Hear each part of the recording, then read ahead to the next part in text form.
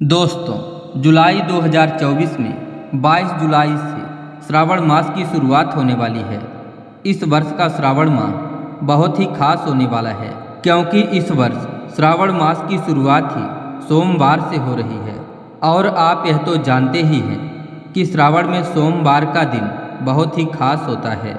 सावन का महीना भगवान शिव के पूजा आराधना का मुख्य माह होता है। ऐसा माना जाता है कि सावन के महीने में सोमवार का व्रत रखने और भगवान शिव की आराधना करने से मनोकामनाओं की पूर्ति होती है। लेकिन दोस्तों, अगर आप भी रख रहे हैं सावन में सोमवार का व्रत, तो इन बातों का ध्यान जरूर रखें। पहला, रोग मुक्ति के लिए करें रुद्राभिषेक। दोस्तों, अगर आप चाहते हैं कि आपके घर में किसी को बड़ी बीमारी न हो, तो सोमवार के दिन भगवान शिव की स्तुति करें। नित्य क्रिया से निवृत्त होकर स्वच्छ जल से स्नान करें।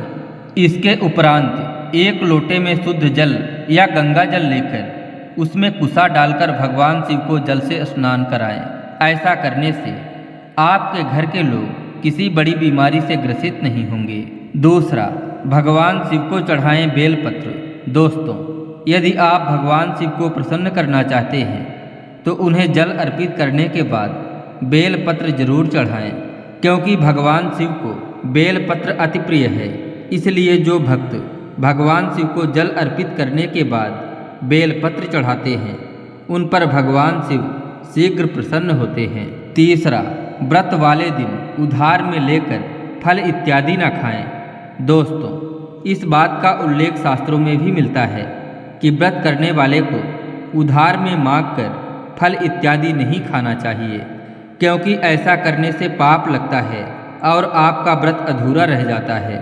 लेकिन यदि कोई अपनी मर्जी से आपको फल इत्यादि खाने के लिए देता है तो आप उसे खा सकते हैं। चौथा, लंबे समय से रखे हुए आटे का सेवन न करें। दोस्तों, चाहे कोई भी आटा हो, अगर आप उसे लंबे समय तक रखे रहते हैं तो उसमें कीड़े पड़ जाते हैं, और कुछ कीड़े तो इतने छोटे होते हैं कि वे दिखाई तक नहीं देते। और अगर ऐसे में आप उस आटे को खाते हैं तो वे कीड़े भी आप खा जाएंगे, और कीड़ा खाना घोर पाप की श्रेणी में आता है। अतः आप व्रत वाले दिन ताजे आटे का ही सेवन करें। पांचवा, महिलाओं को मासिक धर्म के दौरान मंदिर में प्रवेश नहीं करना चाहिए।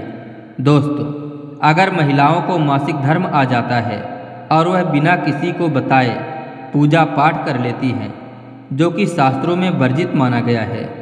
अगर आपको मासिक धर्म आ जाए तो आपको घर के मंदिर में या बाहर के मंदिर में भूलकर भी प्रवेश नहीं करना चाहिए, क्योंकि इससे दैवी शक्तियाँ आपसे नाराज होकर क्रोधित हो सकती हैं, और ऐसे समय में शिवलिंग को छूना घोर पाप माना गया है। छठवां, अगर घर में रखना है शिवलिंग तो यह काम कभी ना भूलें। दोस्तों, शास्त्रों में उल्लेखित है कि जहाँ शिवलिंग होता है वहाँ सभी शक्तियाँ सक्रिय होती हैं। वास्तु शास्त्र के अनुसार शिवलिंग से लगातार ऊर्जा का संचार होता रहता है। इसलिए शिवलिंग के ऊपर जलधारा हमेशा होनी चाहिए, जो ऊर्जा को शांत रखता है। कुछ लोग अपने घर में शिवलिंग तो रख लेते हैं, लेकिन वो कभी कभी ही शिवलिंग पर जल चढ़ाते हैं, जो कि बिल्कुल भी अच्छा नहीं माना जाता। अगर आप जल नहीं चढ़ा सकते तो आप अपने घर में शिवलिंग कभी स्थापित ना करें। गरुड़ पुराण में बताया गया है, घर में शिवलिंग स्थापित करके उसमें जल ना चढ़ाने से घर का विनाश हो जाता है। सातवां, तुलसी और शिवलिंग एक ही जगह पर नहीं होने चाहिए। दोस्तों, शास्त्रों में बताया गया है कि तुलसी और भगवान शिव का बैर माना गया है। इसलिए तुलसी के समीप गणेश जी और भगवान शिव की प्रतिमा को नहीं रखा जाता है। कई लोग अनजाने में तुलसी के पास शिवलिंग रख देते हैं, जिससे घर में परेशानियां आनी शुरू हो जाती है। शिवलिंग में तुलसी चढ़ाना भी नहीं चाहिए। आठवां, यदि मंदिर का पट बंद है तो इस बात का ध्यान रखें। दोस्तों, ज़्यादातर दोपहर और रात्रि के समय मंदिर का पट बंद कर दिया जाता है ताकि भगवान विश्राम कर सकें। लेकिन उस दौरान हम मंदिर में लगे घंटी पर ध्यान नहीं देते, तो आपको इस बात का विशेष ध्यान रखना चाहिए कि मंदिर का पट बंद करते समय मंदिर में लगे घंटी को किसी रस्सी से बांध दें ताकि हवा चलने पर वह बजे नहीं, क्योंकि मंदिर का पट बंद होने पर घंटी बजने से आपके ऊपर भगवान क्रोधित हो सकते हैं, इसलिए इस बात का ध्यान जरूर रखें। 9वां, सावन के महीने में भूल कर भी ना खाएं ये चीज़ें। दोस्तों, सावन का महीना बहुत ही पावन और पवित्र माना जाता है, इसलिए आपके मन का भी पवित्र होना जरूरी है। अतः सावन के महीने में भूल कर भी मांसाहार और तामसिक भोजन का सेवन न करें।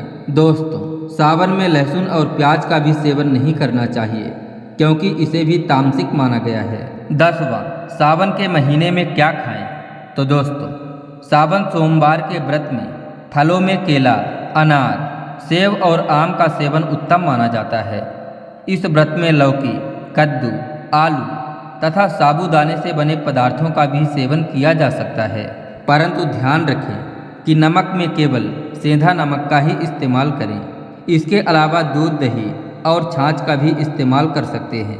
तो दोस्तों, अगर आपको यह जानकारी अच्छी लगी हो तो वीडियो को लाइक करके चैनल को सब्सक्राइब जरूर कर लें। आपका दिन शुभ हो। अंत तक वीडियो देखने के लिए बहुत बहुत धन्यवाद।